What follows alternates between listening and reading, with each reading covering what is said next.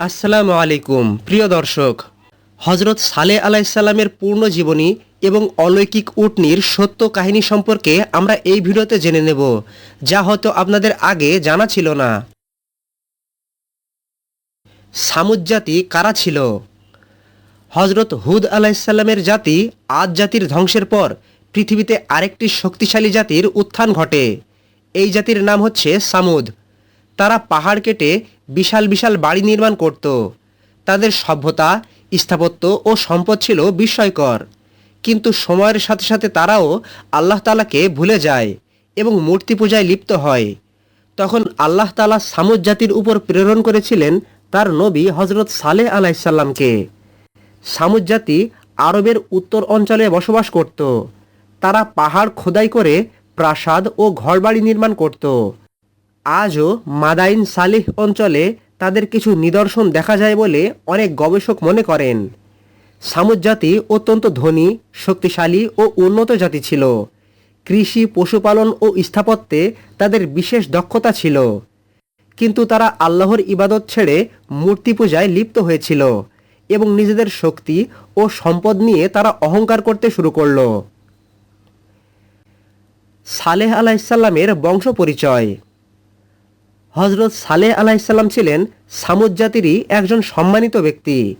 তিনি সত্যবাদী, জ্ঞানী ও বিশ্বস্ত হিসেবে পরিচিত ছিলেন।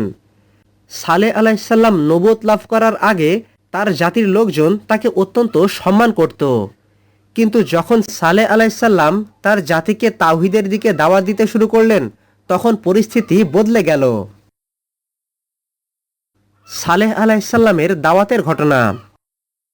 হজরত সালেহ আলাইসাল্লাম তার জাতি সামুদকে বললেন, হে আমার জাতি, তোমরা আল্লাহর ইবাদত করো। তিনি ছাড়া তোমাদের কোনো উপাস্য নেই। সালেহ নবী তাদেরকে স্মরণ করিয়ে দিলেন যে আল্লাহ তাদেরকে পৃথিবীতে প্রতিষ্ঠিত করেছেন, পাহাড় কেটে ঘর নির্মাণের শক্তি দিয়েছেন, জীবিকা দিয়েছেন। তাই আল্লাহর প্রতি তাদের কৃতজ্ঞ হওয়া উচিত। কিন্তু সামুদ জাতির নেতারা তাদের নবীর বিরোধিতা শুরু করল। সামুদ জাতির নেতাদের আপত্তি। সামুদ জাতির লোকজন তাদের নবীকে বলল, হে সালেহ, আমরা তো তোমার কাছে অনেক আশা করতাম। তুমি কি এখন আমাদের পূর্বপুরুষদের উপাস্যদের ইবাদত করতে আমাদেরকে নিষেধ করছো? এই কথা বলে সামুদ জাতির নেতারা আপত্তি করল এবং তারা নবীর দাওয়াতকে প্রত্যাখ্যান করল। একই সাথে তারা তার প্রতি সন্দেহ প্রকাশ করতে লাগল। যখন সালেহ আলাইসাল্লাম দীর্ঘদিন দাওয়াত দিলেন, তখন সামুদ জাতির নেতারা তাকে চ্যালেঞ্জ করল। তারা বলল, যদি তুমি সত্যিই আল্লাহর নবী হয়ে থাকো, তাহলে আমাদের জন্য কোনো একটি অলৌকিক নিদর্শন নিয়ে এসো।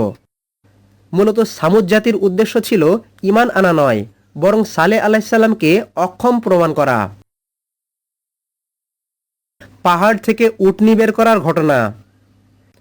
তাফসিরে বর্ণিত আছে যে সামুদ জাতির লোকজন একটি বিশাল পাথর বা পাহাড়ের দিকে ইঙ্গিত করে সালেহ নবীকে বলল, এই পাথর থেকে একটি জীবন্ত, পূর্ণাঙ্গ ও গর্ভবতী উটনি বের করে দেখাও। তারা এমন দাবি করেছিল যা মানুষের পক্ষে সম্পূর্ণ করা অসম্ভব। এরপর সালেহ আলাইসাল্লাম আল্লাহ তাআলার কাছে দোয়া করলেন। আল্লাহ তাআলা সালেহ আলাইসাল্লামের দোয়া কবুল করলেন। সামুদ জাতির লোকদের চোখের সামনে বিশাল সেই পাথর ফেটে গেল, আর সেখান থেকে একটি বিশাল জীবন্ত উটনি বের হয়ে আসলো। এটি ছিল আল্লাহ তাআলার পক্ষ থেকে স্পষ্ট মুজেজা। কোরআনে বলা হয়েছে নাকাতুল্লাহ, অর্থাৎ আল্লাহর উটনি। মহান আল্লাহ তার বিশেষ নিদর্শন হিসাবে এই উটনি প্রেরণ করেছিলেন। পাহাড় থেকে উট বের করার এই ঘটনা দেখার পর কিছু মানুষ ঈমান আনল, কিন্তু অধিকাংশ নেতা ও ধনী ব্যক্তিরা অহংকারে অটল থাকল। তারা বুঝতে পেরেছিল যে সালেহ আলাইসাল্লাম আল্লাহ তাআলার পক্ষ থেকে প্রেরিত সত্য নবী, কিন্তু নিজেদের প্রভাব ও ক্ষমতা হারানোর ভয়ে তারা ঈমান আনল না। আল্লাহর উটনির বিশেষ ঘটনা। আল্লাহ তাআলার পক্ষ থেকে উটনি প্রেরণের পর সালেহ আলাইসাল্লাম বললেন, এটি হচ্ছে আল্লাহর উটনি। একে আল্লাহর জমিনে তোমরা চড়তে দাও, তোমরা এর কোনো ক্ষতি করো না। এভাবে সালেহ আলাইসাল্লাম তার জাতি সামুদকে আল্লাহর উটনি সম্পর্কে জানালেন। উটনি সম্পর্কে আরেকটি বিশেষ নিয়ম করা হলো। একদিন কূপের সমস্ত পানি উটনী পান করবে, আরেক দিন মানুষ পান করবে। তাফসিরে এসেছে যে উটনী এতটাই বড় ছিল যে সে কূপের কাছে আসলে মানুষ বিস্মিত হয়ে যেত। আল্লাহর প্রেরিত উটনীখানা যেই দিন কূপ থেকে পানি পান করত, সেই দিন সে প্রচুর পরিমাণ দুধ দিত, আর মানুষ সেই দুধ পান করত। আল্লাহ এই উটনীকে তাদের জন্য নিদর্শন ও পরীক্ষা বানিয়েছিলেন। কিন্তু সামুদ জাতির নেতারা এই উটনীকে ঘৃণা করতে শুরু করল। তারা দেখল যে সাধারণ মানুষ এই উটনীর অলৌকিকতা দেখে প্রভাবিত হচ্ছে। সামুদ জাতির নেতারা আশঙ্কা করল যে মানুষ সালেহ আলাইসাল্লামের অনুসারী হয়ে যাবে। এই জন্য তারা গোপনে ষড়যন্ত্র করল। আল্লাহর প্রেরিত উটনীকে হত্যার ঘটনা। তাফসিরে বর্ণিত আছে যে কয়েকজন দুষ্ট নেতা মিলে আল্লাহর প্রেরিত উটনীটিকে হত্যা করার পরিকল্পনা করল। তারা বলল, যদি উটনীকে হত্যা করা যায় তাহলে সালেহর দাওয়াত দুর্বল হয়ে যাবে। অবশেষে একজন ব্যক্তি উটনীর পায়ে আঘাত করল, আরেকজন তাকে হত্যা করল। কোরআনে বলা হয়েছে তারা উটনীটিকে হত্যা করল। এটি শুধু একটি প্রাণী হত্যা ছিল না, বরং এটি ছিল আল্লাহর প্রকাশ্য নিদর্শনের বিরুদ্ধে বিদ্রোহ। কিছু তাফসিরে এসেছে যে উটনীটির একটি বাচ্চা ছিল।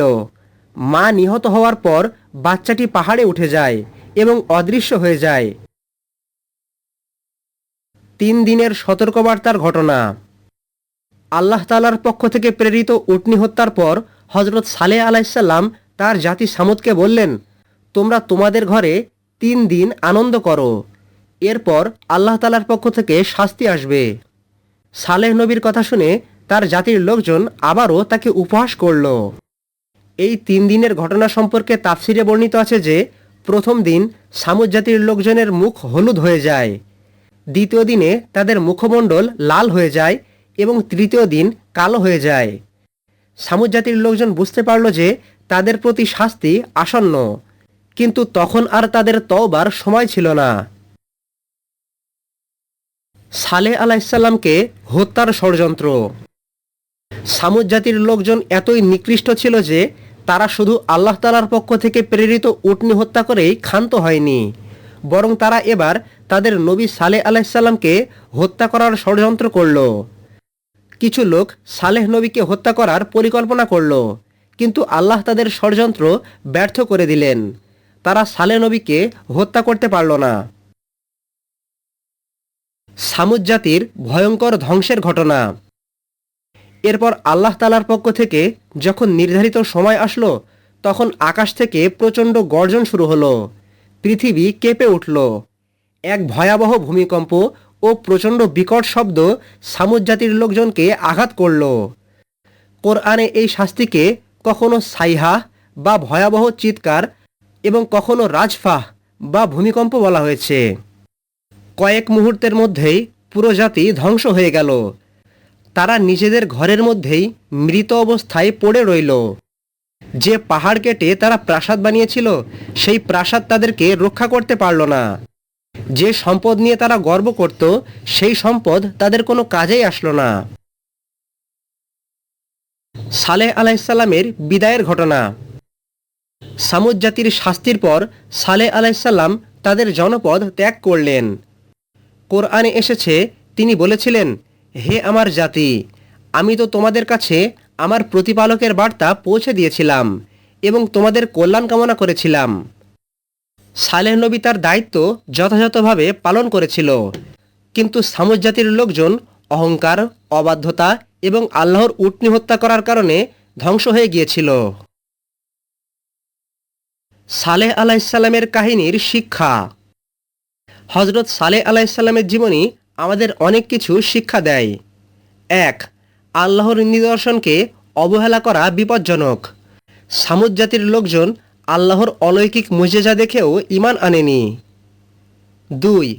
অহংকার মানুষকে সত্য থেকে দূরে সরিয়ে দেয়, তারা সত্য বুঝেও মেনে নেয়নি। 3. শাস্তি আসার আগে আল্লাহ সতর্ক করেন। মহান আল্লাহ তাআলা কখনো সতর্কতা ছাড়া শাস্তি দেন না। সামুদ জাতির লোকজনকেও আগে সতর্ক করা হয়েছিল, এরপর আল্লাহ শাস্তি দিয়েছিলেন। 4.